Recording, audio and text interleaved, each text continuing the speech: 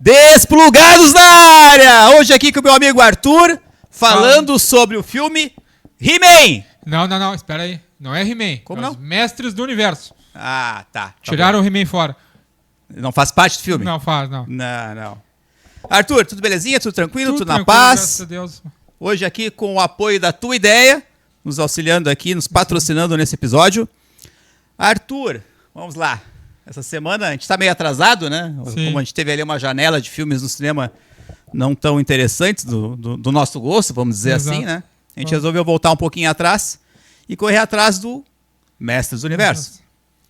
Arthur, primeiras impressões sobre o filme. Então... se eliminar o He-Man, fica um filme bom de aventura pra sessão da tarde. Ele não faz diferença no filme? Não é um personagem tão importante pra história? Se ele não tivesse ali, não ia, eu senti que se ele não tivesse ali, não ia fazer tanta diferença. Não ia fazer a menor... Pô, mas aí tu pega pesado também, né? Pô, o filme é do cara. Não, o nome dele nem tá no título. Ué, mas ele é um dos mestres do universo. O problema é que ficou pra outra mestra do universo. Toda a protagonista. Todo o protagonismo, praticamente. Não tá tão errado. Não vamos tirar todo o crédito do que o Arthur tá falando, porque ele não tá totalmente errado sobre isso. Arthur, o que tu achou em relação à questão dos gráficos do filme, assim, de uma forma geral? Cara, eu gostei bastante, principalmente Eternia, aquela ambientação, que é a parte dos cenários, assim, eu gostei muito do que foi feito. Porque assim, a gente tinha pelo menos as nossas referências. Sim. São aquelas do He-Man de 87, eu acredito. Então eu gostei bastante do que eu vi em questão de cenário, de desenvolvimento. Porque é interessante que eles fizeram uma Eternia que é literalmente cercada pelo todo o resto. Então, a cidade ali, onde tu tem todo o bem, toda a cidade, toda a humanidade, digamos assim, da coisa. E tu saiu pelo portão, tu tem uma floresta com tudo que tu possa imaginar que pode te matar ali no meio, né? A questão do CGI, tu achou bem construído? Eu vou te ser bem sincero, assim, eu achei um CGI bem capado. Já na abertura. Sim. Na abertura do filme, você já nota um CGI fraco. Tem e seus tu nota, erros, né? parece que foi um CGI meio econômico. Que em alguns momentos ele tá bem aplicado. Sim. E em outros eles parecem que meio economizaram, assim. Eu até tava te comentando da questão da própria indumentária do esqueleto, né? Que horas tu vê que tem retoque digital, horas que não tem. Isso na roupa, né? O rosto, obviamente, sim, não é... Não é do ator que interpretou. Né? Pega alguns personagens dele tem algumas características, né, parecidas. Então, como tu disse, tem partes que estão melhores que outras, digamos assim. Realmente, talvez assim, eu acredito que muito por eles estarem focados em algumas partes específicas, provavelmente mais nas partes de ação ali, que tu vai ter eles acabaram deixando o resto meio que... Até porque, eu não me lembro qual foi a janela de produção do filme. Uhum. E ainda tinha toda a questão da transformação do ator Sim, que faz o He-Man, porque acredito que, se não me engano, as duas versões dele é ele, não é tanto CGI. Então ele teve aquela primeira versão que fez as cenas do Príncipe Adam. Sim, te entendi. E depois melhorou o físico para fazer as cenas do mas He-Man. eu não... Claro, quando a cena ela direciona só pro mundo de Eternia, sem envolver os personagens, eu noto que há uma deficiência no CGI, digamos assim. Sim. E quando há o personagem com o fundo... Como é que eu vou dizer? Parecia até uma projeção em painel LED, sabe? Que eles fazem isso para ambientalizar, de tão pobre que tava. Mas aí talvez também não seja tão pobre, porque como a gente diz... Claro, não é o todo, né? São alguns momentos. Mas o que eu quero dizer assim, se tu pegar como esse He-Man, ele é bem, digamos assim, baseado no de 87, que ele pega toda a base visual... Sim. Da arte no de 87, talvez esse descolamento do personagem do cenário também seja alguma coisa. Tu não vai querer me dizer que foi proposital, né? Tu não é tu é da produtora? Vamos tentar arranjar Ele tá querendo passar o pincel aqui na história. Passar um pano. Não. Tá. Não, tá. Tomadas as proporções, vamos deixar passar essa, né? Cara, tem muita coisa pra falar mal. É verdade. Uma passadinha de pano pra não começar. Vamos dar uma aliviada aí, porque tem muita coisa pela frente. Jornada do herói. Tu acha que foi necessário contar a história, aquela história que foi inventada para o filme, de que ele teria ido pra Terra, uma coisa meio Superman, encontrar a espada que ele perdeu? Tu acha que se fez necessário essa jornada criada para um herói que já é consolidado? Então, eu claro, acho que... tirando aquelas questões que a gente sabe que estão ali no meio. Entende? Então, eu acredito que esteja muito já meio respondido naquele meu primeiro comentário. Que se tirasse o He-Man não ia fazer muita diferença. Sim. Porque, exatamente por isso. Porque assim, tu vê que pra te ter uma jornada do herói, digamos assim, tu tem que ter a evolução do ponto A, sim. ponto não, eu me referi eu falei só pra... sim, pra contextualizar. Exatamente. Mas, assim, a ida dele pra Terra, eu acho até que é meio que pra forçar, digamos assim, um porquê dele ter toda aquela mentalidade já levando ele para a profissão que ele estava na Terra. Sim. Recursos humanos. Por que recursos humanos, né? Porque ele estava trabalhando no escritório de recursos humanos e a mente dele trabalha muito como uma pessoa de recursos humanos. Ele segue o filme inteiro, né, mais ou menos nessa linha. Exatamente. Né? Ele não saiu do cubículo dele dentro do escritório ali, digamos assim, durante todo o filme. E como eu te comentei antes ali, mesmo quando a gente acha que ele teve uma evolução, logo em seguida ele volta aquilo ali. Ele sempre retoma. A patetice dele, digamos assim. Claro. Para não usar termos piores. Sim. Ainda ambientalizando o filme naquele momento, digamos assim, da Terra, Dolph Lundgren. Cara, eu gostei da participação dele. Eu dei como eu tinha te dito, eu dei uma só uma ressalva rápida para quem não conhece a história. O Dolph Lundgren era eu já falo Superman. Era o He-Man da antiga versão live action. Acho que é 90 e alguma coisa, 91. 90 e alguma coisa. Isso. E eu gostei da participação dele. Eu não sei se tu disse... Foi merecida? Cara, merecido. Não tinha como ele não aparecer, né? Tinha como não mencionar o cara. Como eu te comentei, apesar da idade dele, de tudo que ele passou, ele tá ali fazendo o exercíciozinho dele com um halter que provavelmente eu não levante com as duas mãos. Talvez nem o Adam. Né? Nem o Adam. Então, eu não sei se tu não pegou alguma coisa das versões mais modernas do He-Man, como eu tava te dizendo. Eu até dei uma tapeada assim sobre pra ver. Eu tava te dizendo que eles fizeram o reino de Wakanda pro He-Man ali, aquela coisa dos reis de Wakanda anteriores. Sim. Reis. E tem o rei, o primeiro rei, que foi o rei que forjou a espada e criou o caderno, o castelo de Grayskull ali, que é o Rei Grey. Que eles botam o nome dele de Rei Grey na animação e nas coisas. E eu gostaria de acreditar que o Dolph Lundgren ali fez um papel meio Rei Grey, assim, a conexão com o He-Man anterior, porque o Rei Grey, na animação, ele é muito mais He-Man do que o He-Man da animação moderna. Sim. Então eu queria fazer...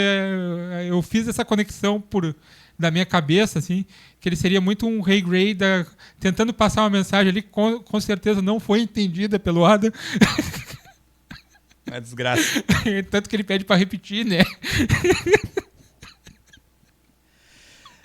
Vamos pra Teela, então. Teela...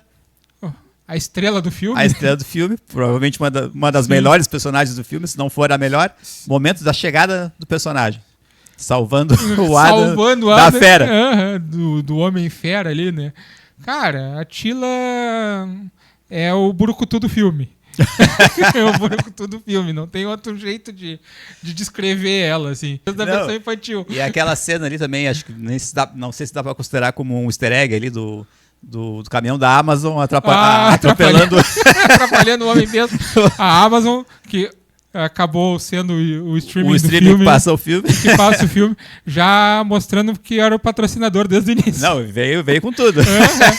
Será que uma referência à animação japonesa, será que o Homem-Fera foi parar num mundo de Isekai? Não sei se alguém...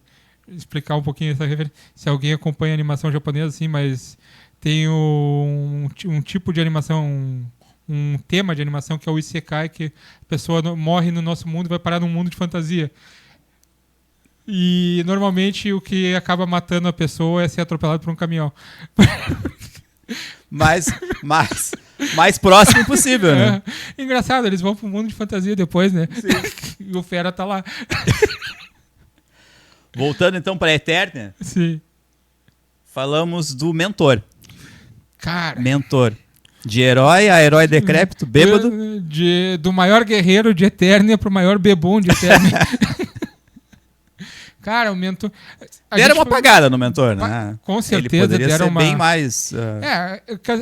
o título ele foi dele... aparecer mais pro final mesmo da história do que... O título dele é autoexplicativo. Sim. Né? Ele sempre fez o papel de o mentor do personagem, tanto do He-Man quanto da Teela.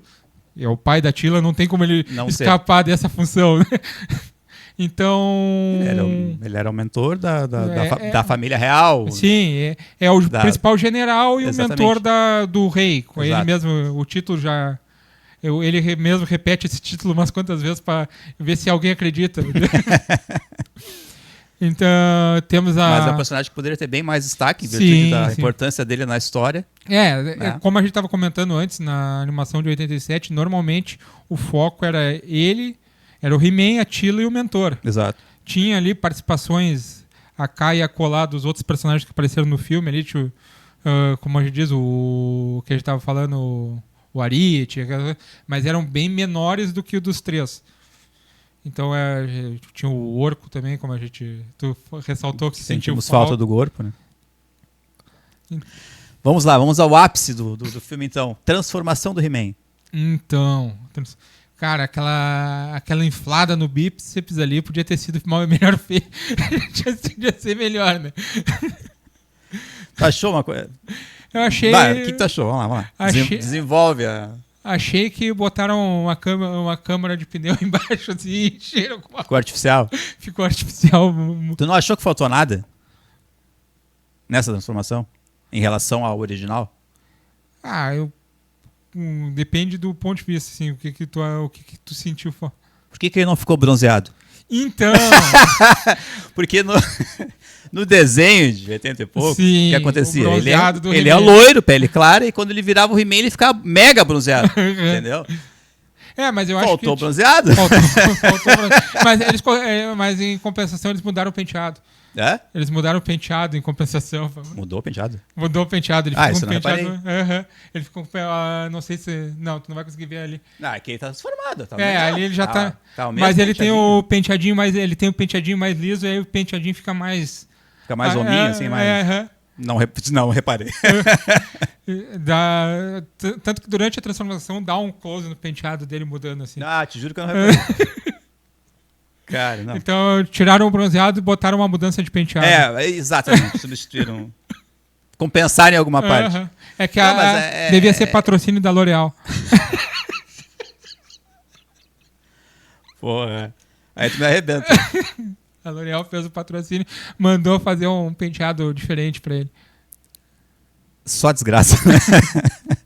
Gato Guerreiro. Então... A gente esperava muito do Gato Guerreiro, né? Eu, pelo menos, esperava muito do Gato Guerreiro. Sim. Cara... Eu esperava mais do Gato Guerreiro que o próprio He-Man, cara. E é o que menos aparece, digamos assim. O Gato Guerreiro aparece só lá no início, quando ele é filhote. Sim. Aparece mais no final do filme. Nem como Gato Guerreiro, como...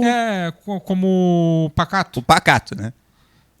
Aparece como Pacato o filme inteiro, entende? Pra ter uma ceninha lá no final. No final. Basicamente um pós-crédito.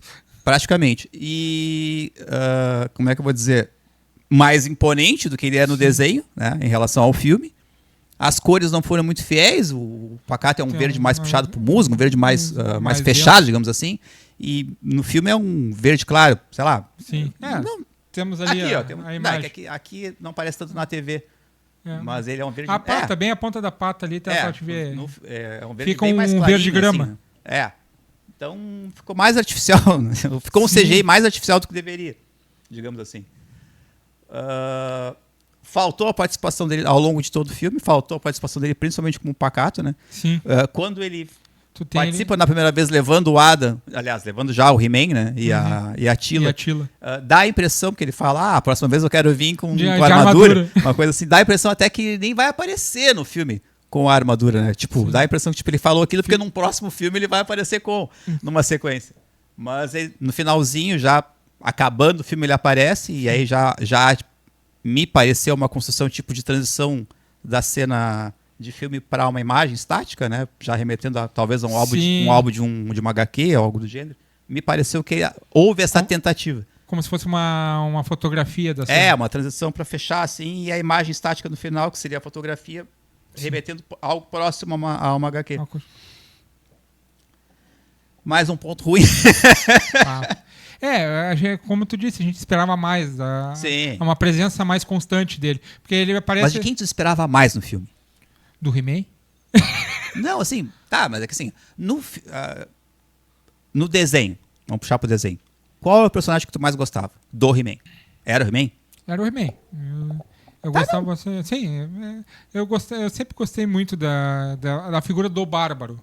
O He-Man é baseado no Bárbaro. Sim. Então eu sempre gostei muito desse tipo de personagem, digamos assim. E então eu gostava muito do He-Man. E acabava tendo ali um lado pro mentor que fazia aquela personificação, como a gente disse, do próprio título, digamos assim. Sim. Não, e no filme, no desenho, perdão, sim, ele parecia até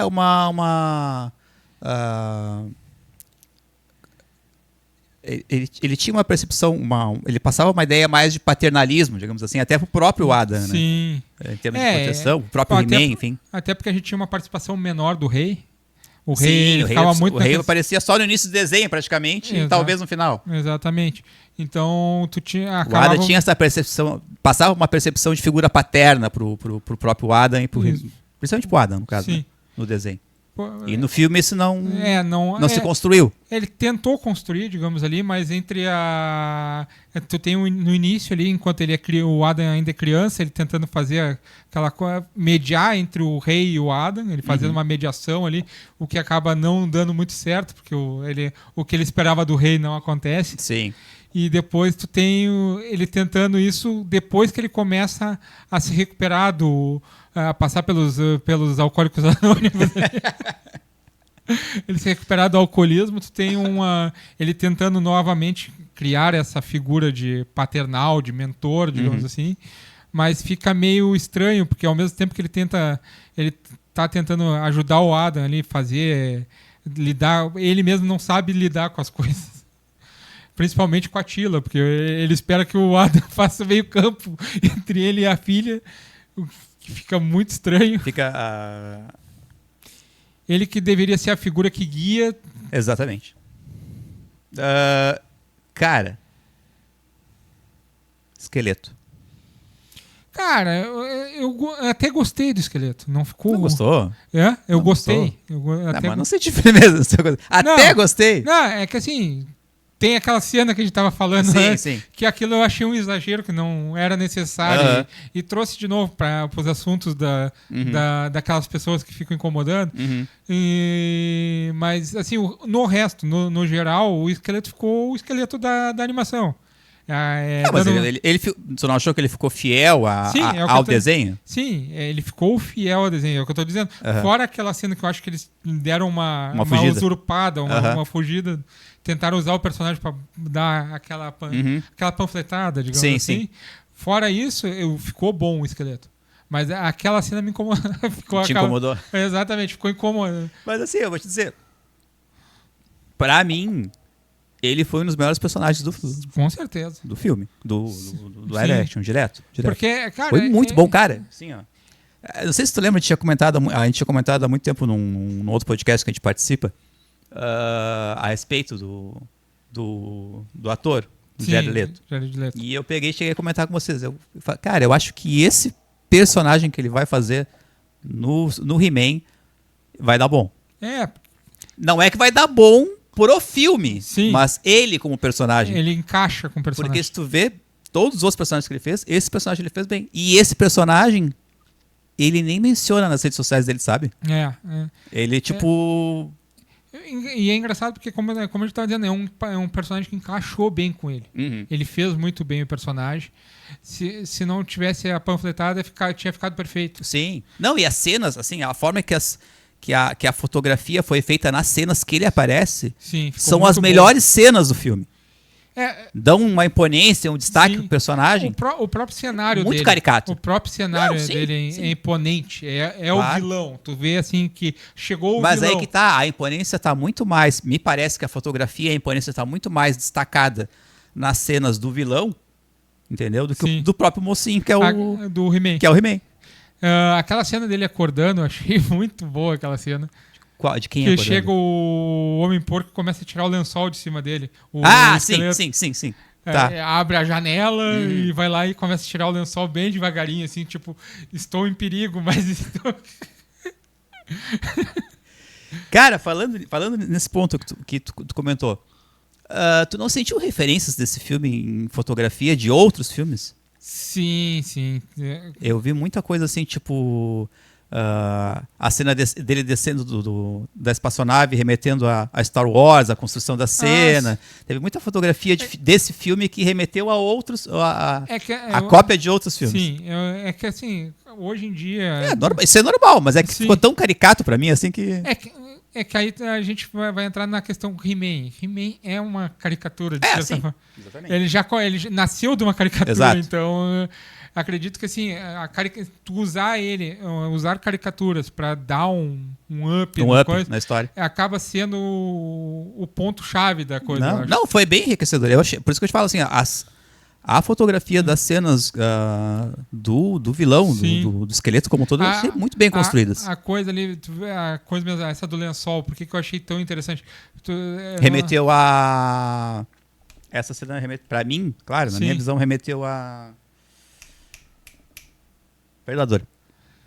Também, mas sabe o que me lembrou na hora, assim, quando a pessoa vai reconhecer um corpo? Podia remeter também a Conan, né? Porque tem uma cena parecida no Conan. Sim, mas aquela coisa do reconhecer um corpo, sabe? Sim, que normalmente o corpo tá coberto. Exato. E chega só puxa. Tu puxa o lençol, ou que tá tapando o corpo, assim. E aí, ao mesmo tempo, tu vê o medo do porco. Pega um personagem que remete a um porco, que normalmente é posto como um personagem meio covarde. Tu pega assim. E então tu pega um personagem que era pra ser covarde e ele é o responsável por acordar o vilão. Então, tipo assim, é muito tipo, isso vai dar merda. Esse bicho vai virar um toicinho. ainda no esqueleto. Eu tenho uma pergunta pra te fazer. Sim. Jared Leto é o Mick Jagger de Hollywood? Referências. Por que Mick Jagger? Mick Jagger, Rolling Stones. Sim. Mick Jagger tem uma fama de que todo jogo que ele vai assistir, onde ele torce por um time, esse time perde. Então a referência é essa, por isso é o porquê da pergunta. Ele é o pé frio de Hollywood. Ele é o pé... O Jared Leto seria o pé frio de Hollywood pelo fato de que todo filme que ele faz dá ruim? Cara, eu acredito que o problema não é... Normalmente não. O problema não é que o problema seja ele. Sim, mas que ele... mas que ele é pé frio, ele é. Eu acho que ele enxerga digamos assim... O potencial do filme dá ruim. Não, ele não, vou participar. Esse filme vai dar ruim. Não, esse eu quero participar. Esse mas é meu. Se tu vê assim, todos os personagens que ele pega tem um grande potencial. Não. Com certeza. Tu tem o Coringa, o próprio Esqueleto, o Morbius, embora o Morbius sempre foi um personagem classe B, digamos secundário, assim, ele tinha um grande potencial para trabalhar ali. Sim. O problema é que eu não sei o que é uma Hollywood moderna que está trazendo muitas situações e que acabam prejudicando. O próprio Tron Ares, né? Acaba prejudicando o filme, digamos assim. Então ele vê, eu acredito que ele vê o potencial do personagem, mas acaba estando numa produção, digamos assim, medíocre. Porque eu acredito que a culpa é muito mais da produção do que da história ou da atuação dos atores. Como é que é o que ele fez Coringa? O filme? Esquadrão Suicida? Esquadrão Suicida. No Esquadrão Suicida ele foi muito criticado pela caricatura do personagem, né? Sim. Mas, não pela atuação dele. Exatamente. Que a atuação, a meu ver, né? A atuação dele, a meu ver, foi uma atuação bem construída. Acho que teve uma química muito legal ali com a Arlequina. Eu achei bem legal. Mas o pessoal bateu muito em cima da construção do personagem dele, chamaram ele de, como é que é, de Coringa rapper, né? Eu ia entrar nisso, porque agora que como tu trouxe essa questão da polêmica que deu, Sim. Eu acredito que ele tentou trazer... Porque assim, o Coringa ele sempre teve um quê de gangster. Sim. Ele sempre foi, de certa forma, um gangster. Sim. Tanto que ele vem, ele trabalha... Muitas fazem referência que antes de ser o Coringa, ele fazia parte das máfias ali. Então ele sempre teve aquela participação meio gangster, coisa assim. Então eu acredito que ele tentou trazer isso para uma questão mais moderna. E a questão mais moderna hoje em dia dessa parte, principalmente acaba uma jogada dentro da parte dos rappers, digamos assim. Na realidade dos Estados Unidos, né? Isso, ele trouxe para uma realidade moderna americana. O Coringa também era, sim. Embora ele fosse um gangster, era um gangster americano. Sim. Algo meio estilo Al Capone, um negócio assim, só que com aquele lado caricato do palhaço. E ele tentou trazer isso para uma vertente mais moderna. E que não colou muito bem. Acabou não colando. Mas como tu disse, a atuação dele foi muito boa. Eu gostei muito. Porque pelos filmes que eu já vi dele, sim, ele é um ator que não tem muita expressão, sim, nos papéis que ele faz. Nesse filme ele foi relativamente expressivo. Porque o Morbius, não é um personagem muito expressivo. Isso, o Tron, menos ainda, né? Sim. Quase um robô no filme. E o Coringa... Nesse ele foi extremamente expressivo, só que não era a face dele, né? Era um CGI, mas o trabalho de corpo, tudo remete a essa construção também. Mas eu acredito que, como tu acabou dizendo ali, é muito por causa dos personagens. Tanto sim, que no Coringa ele tenta trazer uma expressão, mas acaba ficando meio forçado porque... o Coringa é muito exagerado, digamos assim. Tanto que mas o trabalho de corpo dele remete a isso. Ele remete a todo esse exagero que ele tem. Exatamente.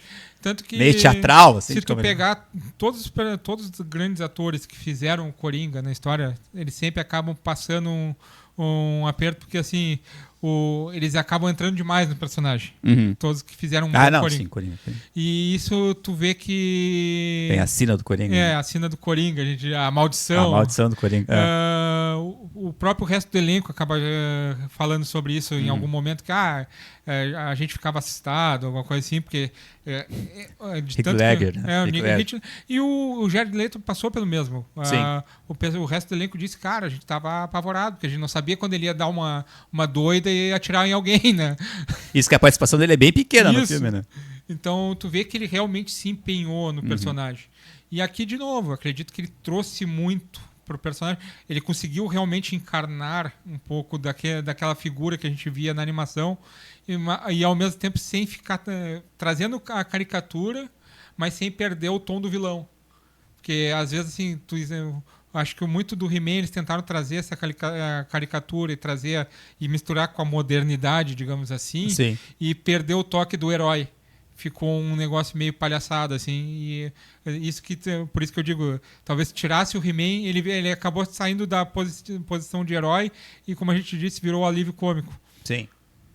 E aí o Jared Leto não, ele trouxe o exagero, mas ele não perdeu o toque do vilão. Por isso que a gente diz, ele tem a imponência. Mas respondendo a pergunta de forma direta, ele é pé frio ou não? Então, mas eu não digo que ele é pé frio. Porque se tu pegar a maioria... É azarado. É mais... No sentido de não conseguir papéis que... Mas se tu pegar assim, a maioria filmes de produções que dão projeção, digamos assim. Mas digamos assim, pega uma produção atual de super-herói, de qualquer... desse tipo de coisa. Quantas delas realmente estão dando lucro? Das últimas. Sim.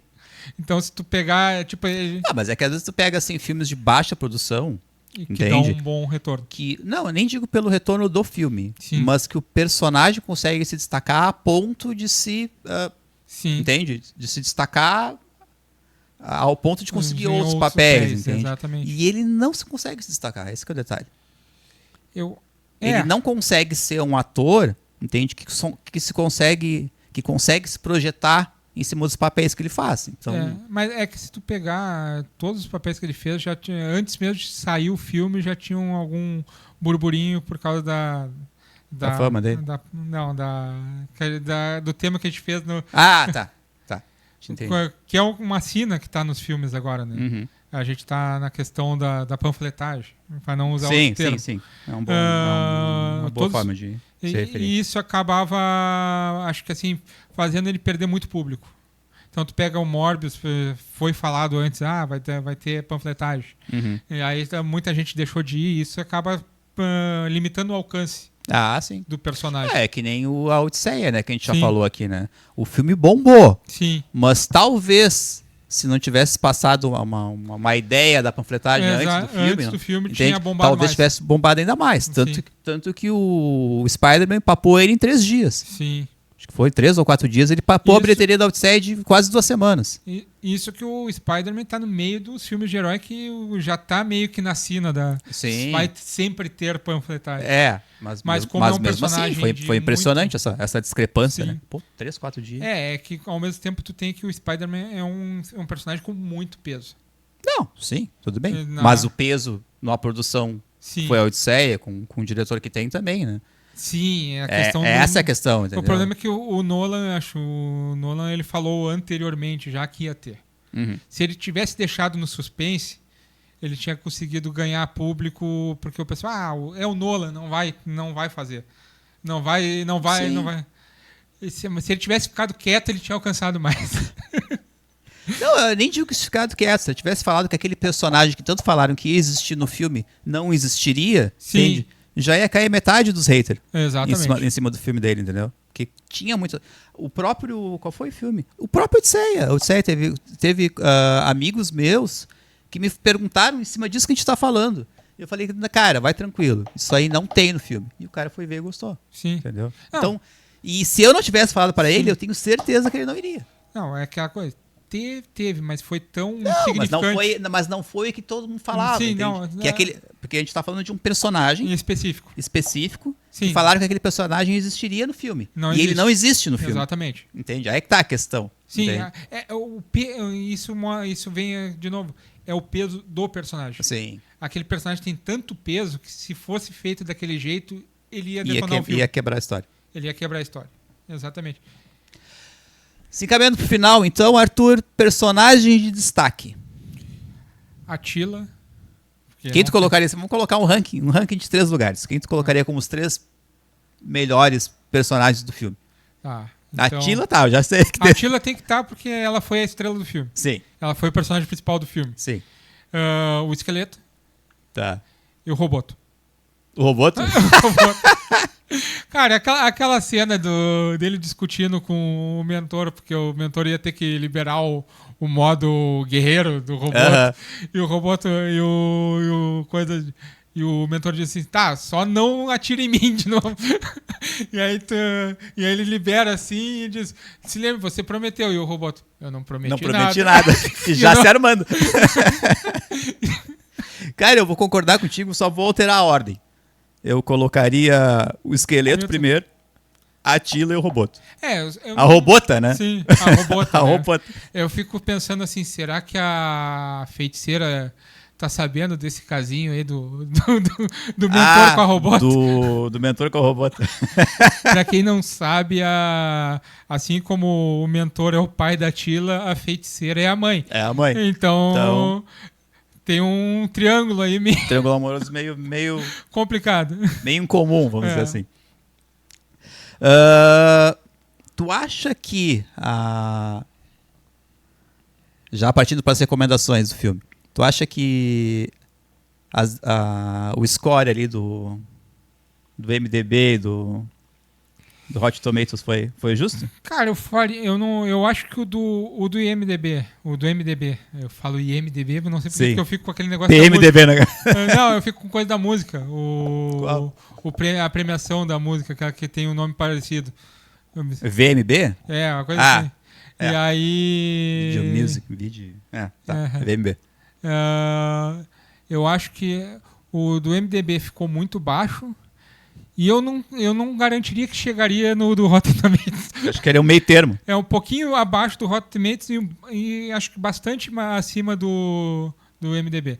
Que o MDB ficou com 2,8 de 10. Isso. Tá? E o Rotten Tomatoes ficou com 67%. Isso. Então o meio termo seria 50%. Eu daria um 4.8 4.8? 4.8 a 5 ali, para fazer uma média. Mal chegava na média. Arranhando pra passar. Tá que nem a gurizada farmando aura. Sim. Ia ter que farmar bastante aura pra conseguir passar. Cara, eu vou ter que concordar, assim. Eu acho que é um filme que tinha tudo pra ser bom. Sim. Entende? Pecou bastante na produção como um todo. Entende? A gente tem personagens bons, bem construídos. O próprio esqueleto, como a gente falou ali. Eu achei fantástico, adorei.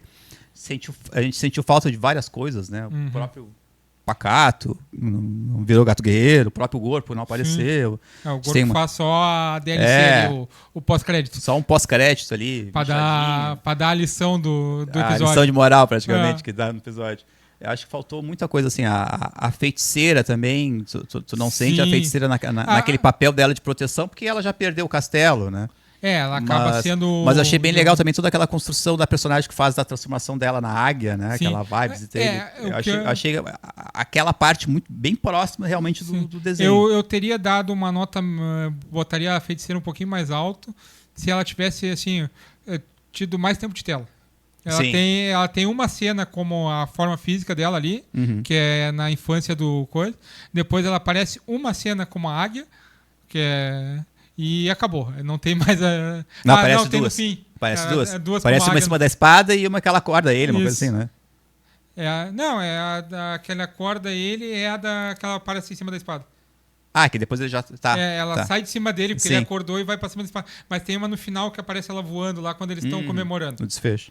No desfecho. Então tem duas Mas cenas faltou a presença dela mais. Querendo ou não, ela é uma presença...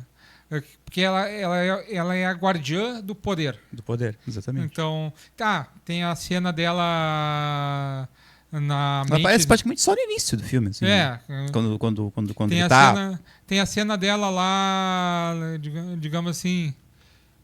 Acho que foi ela, né? Foi. Quando ele tá... Logo depois da cena do esqueleto medindo a espada...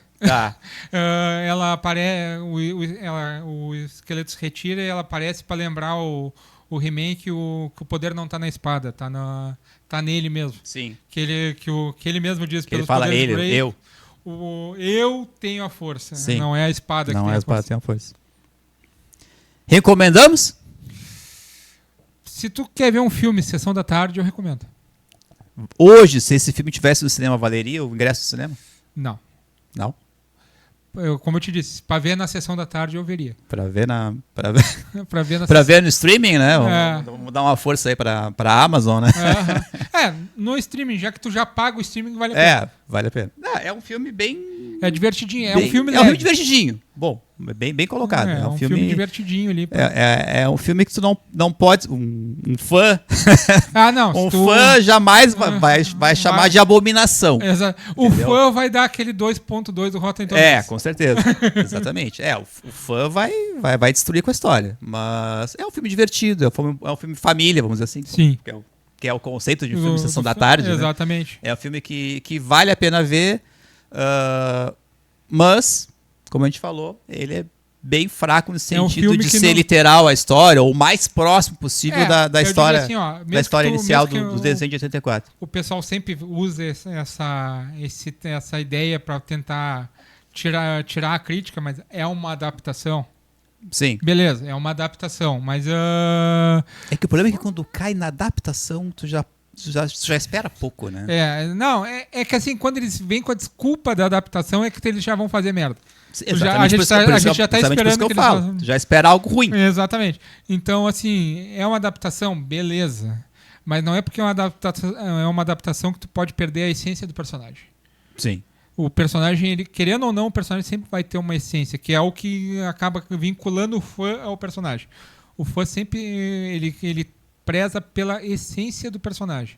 Por que tem tanta crítica hoje, por exemplo, aos Anéis do Poder? Voltei seguindo na Amazon, já que a gente falou da Amazon. Porque os personagens na adaptação Anéis do Poder não têm a essência. Tu vai lá, tem uma Galadriel que não é a Galadriel. Tu transforma... A Galadriel, ela foi feita em cima para ser uma caracterizada como se fosse uma uma Virgem Maria, e aí tu tem uma Galadriel que virou Atila. Então, entende? Tu perde a essência completa do personagem. Então, tu tem uma Atila aqui no filme, que é uma Atila que não escapa muito do que a da animação. Porque a Atila da animação, por mais que ela tenha, digamos assim, ela seja um pouco mais frágil da animação clássica, ela é uma guerreira. Então, tu tem... Inclusive, eu gostei muito de que a própria atriz tenha obrigada a usar um traje mais próximo possível da Atila da animação, que eles queriam um traje diferente, a produção queria um traje diferente, e ela disse, não, tá todo mundo caracterizado de acordo com os personagens clássicos. E eu não me incomodo da mesma forma exatamente, usando um traje próximo daquilo. Ela soube se posicionar de forma positiva para o filme. Exatamente. Com certeza. Então, eu acredito assim, ter a essência do personagem sempre vai ser importante quando é alguma coisa que já existe, que o personagem já tem uma história. Tivemos, por exemplo, os momentos que o mentor chega mais próximo do mentor, ele fica legal. Só que aí tu tem um momento que eles querem reduzir o personagem para abrir para a Atila, digamos. E aí ele perde a essência, e aí tu fica, é um bebum. Ou é uma coisa desnecessária, né? Porque cada personagem tem seu peso, entende? Exatamente. Um tão bom quanto o outro. Pena que houve essa necessidade de tirar o peso de um personagem para talvez dar abertura para outro. Sim. Isso na nossa percepção, né? Sim. Eu gostei que pelo menos assim eles não tentaram tirar a questão deles serem, embora tenha muito aquela questão da amizade ali, mas eles serem um par romântico, tu vê que tem rola fica sempre na entrelinha ali. Fica sempre na entrelinha. Sempre tem uma tensão. Exatamente. Uma tensão sexual entre o He-Man e a Atila. Tem sempre aquele climinha, eles estão sempre... Tem aquela cena ali quando cai a nave, que ele ajuda ela. Sim. E aí quase rola um beijo e ela, podemos ficar só E é uma amigos. Coisa tão abrupta, né? Sim. Porque ele tem aquele jeito de... Ele tem um jeito de criança, ele né? É um criança. Cara, ele me lembra muito como se eles quiseram dar um estilo Shazam nele. Que é a criança que vira o herói. Que virou, exatamente. Porque o próprio Lion, né? Sim. Ou seja, ele é uma criança no corpo de adulto. E o He-Man aqui não é diferente. Ele parece uma criança. Ele tem comportamento de pré-adolescente. É o que eu estava te dizendo antes, assim, que eu sempre... Olhando a animação de 87, eu sempre vi a questão do He-Man, a transformação, mais para um Superman. O cara que... Sim. Porque ele queria esconder a identidade secreta, porque na animação só quem sabia realmente era a Tila, Mentor e a Feiticeira. O resto ninguém sabia. Exato. Ao contrário do filme, que todo mundo sabe, e ele fica fingindo que tá de segredo ali. Que ficou, como eu te disse, a gente tem um momento que a gente acha que o personagem cresceu, evoluiu, e logo em seguida vem essa cena onde ele se esconde para virar o He-Man quando todo mundo já sabe. E aí ficou tipo, voltou a ser criança, entende? Então eu sempre tive aquela questão do Superman, ele se fazia de bobo para ninguém perceber, mas ele tinha aquela imponência, ele tinha tu vê que mesmo que quando não transforma... Aquele era um personagem. Exatamente. Né? Não é o caso aqui. Não é o caso aqui, ele é um debilóide. Aqui ele é aquilo, ponto. Ele é a criança. Exato. Então eu acho que isso vem, acho que se tu for ver as animações com os anos, as mais recentes, eles foram construindo isso. Tipo, o Príncipe Adam é um retardado e ele só se torna algo sério quando vira o He-Man. Sim. Complicado. Esse filme foi... Cara, nos puxou várias emoções. Eu vou te dizer uma coisa... Nem tão assim, boas, né? Eu vou te Nem dizer todas boas. Sim, eu vou te dizer uma coisa assim. Eu quase não passei da cena do jantar. Do jantar? Dele com a namorada, ali com a possível namorada. Bem no início já. Eu quase dropei o filme nos 10 minutos. Não, mas é assim, para nós que gostamos do tema. Do personagem. O personagem raiz. Sim. Foi meio massacrante assistir o filme. Cara, eu te digo eu detesto parar filme. Sim. Entende? Eu parei no mínimo umas 5 vezes o filme. Não, cara, eu te digo assim, eu vi a cena da infância... Porque só na mais cansativa ainda. Sim, eu vi a cena da infância... O filme é cansativo para nós. Sim. eu vi aquela introdução da infância dele, assim, já estava um pouco sofrido naquela introdução. Mas ainda era passável. Sim. Quando entrou a cena do jantar, que aquilo era ele explicando pra guria que estava saindo com ele a origem dele, aquilo ali deu uma quebra tão grande, que a vergonha alheia veio tão forte que eu vou parar esse filme. Não dá nem pra dizer que é uma quebra de expectativa, porque tu não tinha expectativa. Exatamente. Eu já fui sem expectativa pro filme. Mas a vergonha alheia naquela cena foi tão forte, que eu vou te dizer uma coisa. Eu parei o filme, eu fui na cozinha, enchi o meu copo com Coca-Cola e comecei a preparar uma miojo. Nossa. Então, assim, os 10 minutos que leva para preparar uma miojo foi o que eu tive para recuperar as forças. Para pensar, sigo vendo esse filme ou vou dormir? Foi exatamente isso. Beleza, então. Até a Classete confirmou. Galera, ficamos por aqui, então.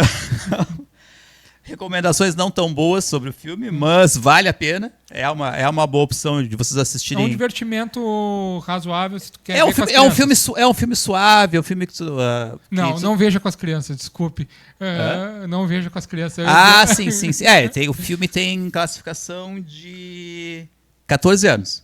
Tá, então começa por aí. Recomendo para maiores de 17, no mínimo. Talvez 16 eu diria. A cena do esqueleto no escritório tem algumas cenas não recomendo mais complicadas. Complicadinhas, digamos assim. Mas fica a recomendação, o filme é bom, média 5 de 10, na nossa... Sim. Chegamos na média 5? A gente podemos arredondar ali para não ficar no 4.8? Se tu não é um grande fã do He-Man de 87 e tu faz parte dessa geração mais nova que viu o He-Man nas animações mais novas, animação da Netflix, animação... Vai gostar. Tu vai conseguir ver numa boa, tu vai ter até um... Vai ter uma média mais alta aí do que a nossa. Tu dá um 6 para o filme. A gente que gosta mais da versão mais antiga. Talvez não chegamos nessa média aí, ficamos no 5.